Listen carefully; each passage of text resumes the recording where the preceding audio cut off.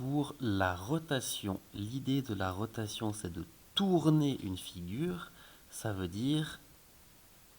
simplement dire qu'elle va tourner comme ça. Elle peut tourner sur elle-même, elle peut tourner autour d'un point qui touche la figure, ou elle pourrait tourner comme si elle était attachée par un fil autour d'un point qui ne touche pas la forme, comme s'il y avait un fil, une ficelle qui la retenait.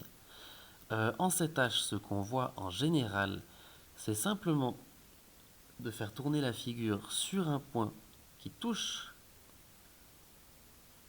la figure, par exemple ici, et puis de faire du coup tourner la figure ici dessus.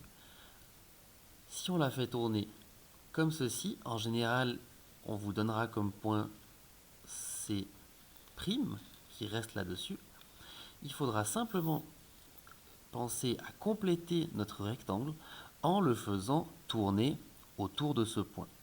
C'est pas trop compliqué, il faut simplement garder les mesures que vous avez dans votre rectangle de base, sauf que au lieu d'avoir 5 carrés à l'horizontale, 1, 2, 3, 4, 5 entre A et D, vous les aurez à la verticale.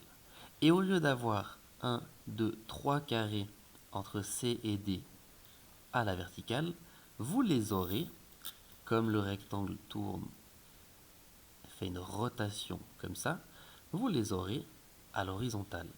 Donc il faut juste recompter ces 1, 2, 3 sur la gauche, et vous avez D'. Entre D et A, il faut recompter les 1, 2, 3, 4, 5 carrés, mais vers le bas, et vous avez 1, 2, 3, 4, 5, A'. Pour B, vous pouvez partir de C ou de A, donc de C' ou de A'.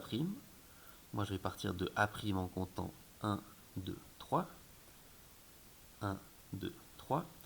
Et vous avez votre B'. N'oubliez pas de relier tous vos points. A', B', C', D' qui sont déjà reliés cette fois-ci. B', C' et A', D'. Et là, on a fait notre rotation.